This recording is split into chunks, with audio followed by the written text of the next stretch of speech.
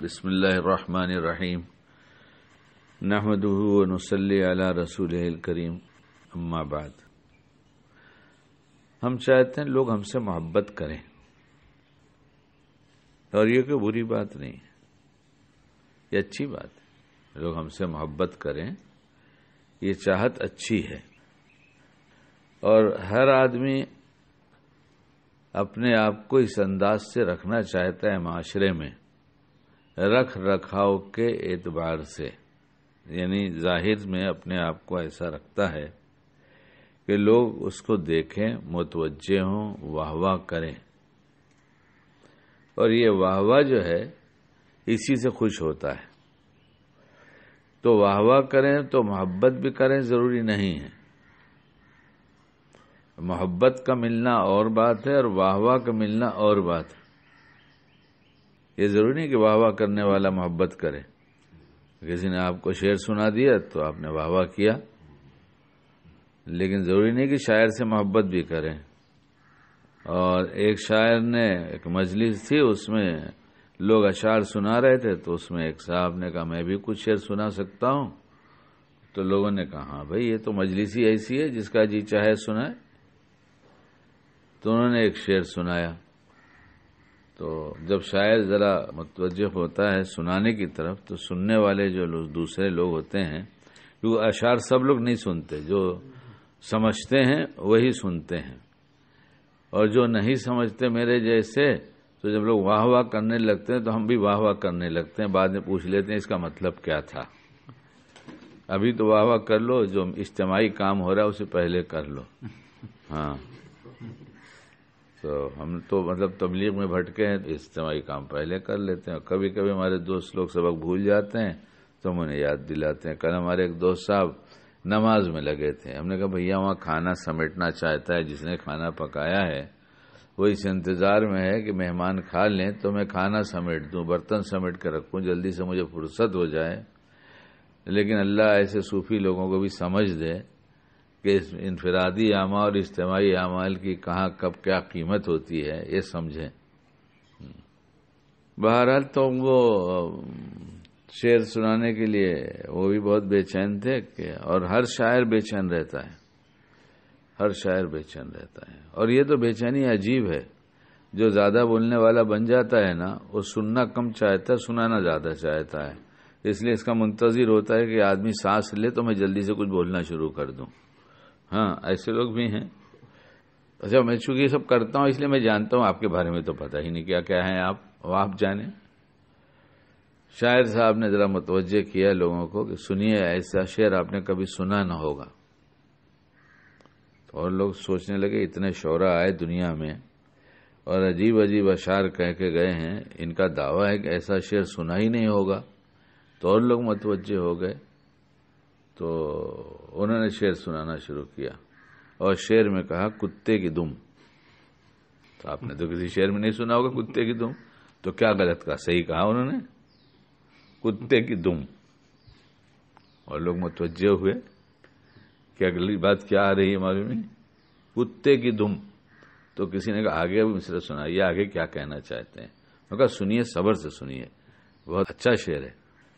کتے کی دم، اس پر ڈبہ، اور ڈبے پہ ڈبہ۔ تو ایک آدمی نے زور سے داد دیا، واہ واہ واہ واہ واہ واہ، سبحان اللہ، کیا بات ہے۔ اب سب لوگ منہ دیکھ رہے ہیں کہ یہ کون سا شعر ہے یہ؟ کتے کی دم، اس پہ ڈبہ، اور ڈبے پہ ڈبہ۔ پھر انہوں نے کہا ڈبے پہ ڈبہ، انہوں نے کہا واہ واہ واہ، کیا بات ہے۔ تو کسی کو غصہ آ گیا کہ بلا وجہ یہ وقت ضائع کر رہا ہے، اور بلا وجہ یہ داد دیے جا رہا ہے، داد نہ دیتا تو کم سے کم یہ خاموش تو ہو جاتا۔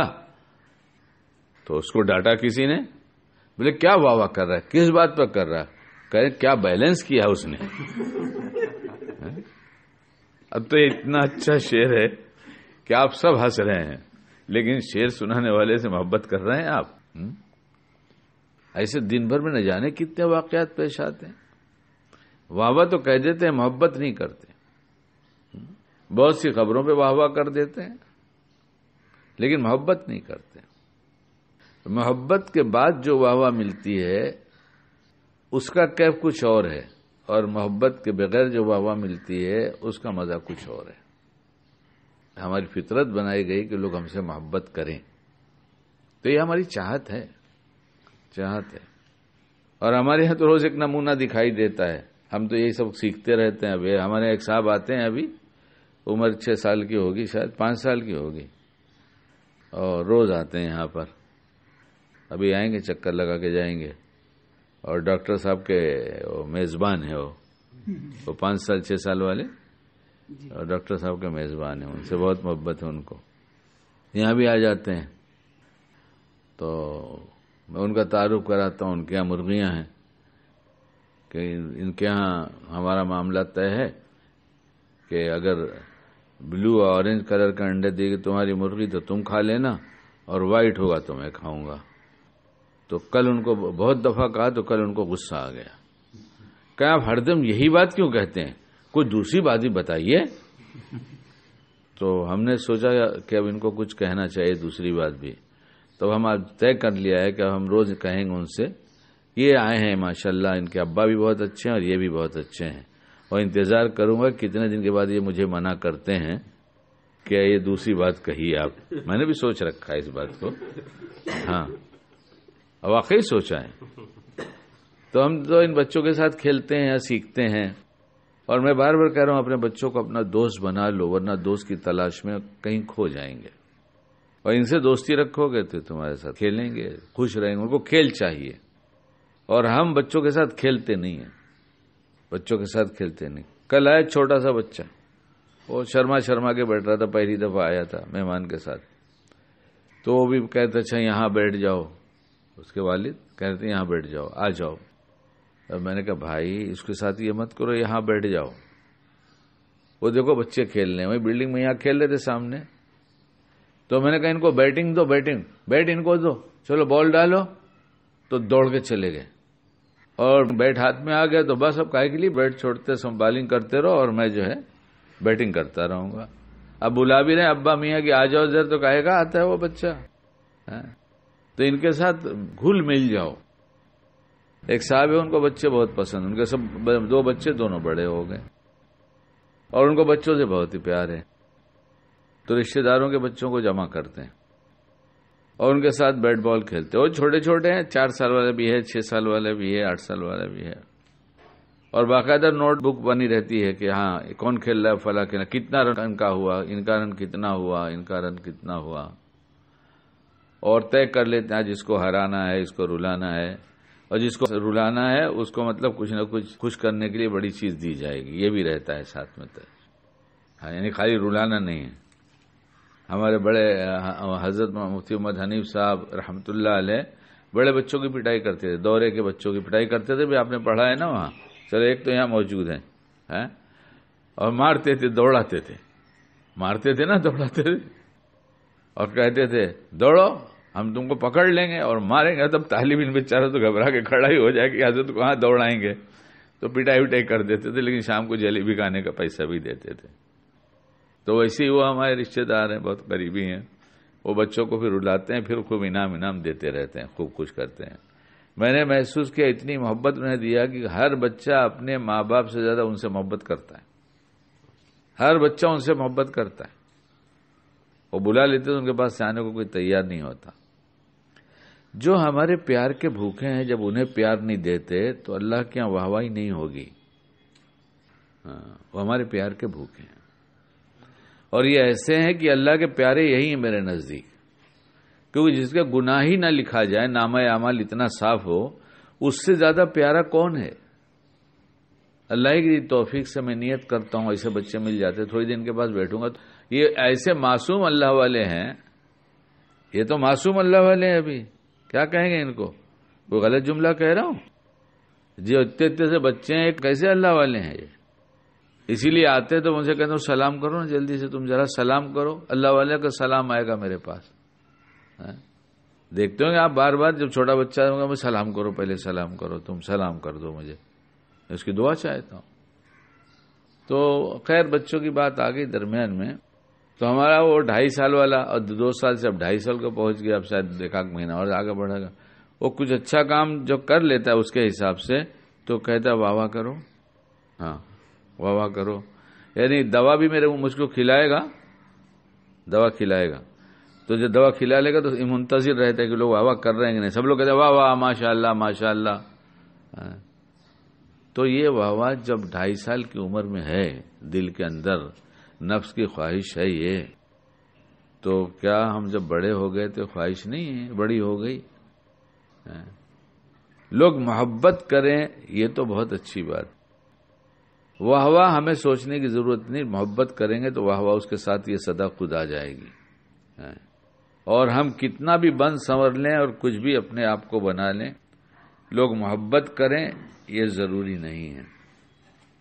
لیکن حضور پاک علیہ الصلوۃ والسلام کی نقل اتارنا شروع کر دیں، یعنی اتباع سنت میں زندگی گزاریں 24 گھنٹے اپنے، تو پھر محبت تو کریں گے ہی کریں گے، لوگ مجبور ہوں گے کرنے کے لیے، کہ اس میں ایسی کشش رکھی گئی ہے کہ محبت ہو جائے گی لوگوں کو. اور اللہ کا فیصلہ ہو جاتا ہے کہ میں محبت کر رہا ہوں، اس سے میں محبت کرتا ہوں. کہتے ہیں سنت ہی تو ہے، اللہ مجھے معاف کرے، اسے جملے نقل کرنے کو بھی ڈر لگتا ہے. جس کی قیمت اللہ اپنی محبت دے کر ادا کرتا ہو وہ کتنی بڑی چیز ہوگی. یہ تو فقہ کی روشنی میں اعمال کی کیا کیا حیثیت بتائی گئی ہے، امت انسانوں سے، ایمان والوں سے کس کا کب کتنا مطالبہ، کیسے مطالبہ ہے، یہ کب کیا چھوڑ سکتے ہیں، کیا کب کر سکتے ہیں، کیونکہ حالات ایسے آئیں گے. اب نماز ہے، آپ سفر میں ہیں اور ٹرین بھری ہوئی ہے کھچا کھچ، جگہ نہیں ہے یا خالی بھی ہے، لیکن لوگوں کی ضرورتیں ہیں. کسی کو کبھی بھی استنجا کے لیے اٹھ کے جانا پڑے گا استنجا خانے میں. تمہاں لمبی لمبی نماز پڑھنا چاہیے یا مختصر؟ اللہ نے فرض نماز کو کم کر دیا. جب فرض کو کم کر دیا تو کہا ایسے موقع پر سنتوں کا اہتمام ایسا جس سے لوگوں کو تکلیف پہنچے چھوڑ دینا، میں پکڑوں گا نہیں. اور جن چیزوں سے لوگوں کو تکلیف نہ پہنچے تو اگر کرتے رہو گے تو میں تم کو محبت دے دوں گا، اور میری محبت ملے گی تو میں فرشتوں سے کہہ دوں گا، مخلوق کے دل میں ڈال دوں گا، سب تم سے محبت کرنے لگیں گے.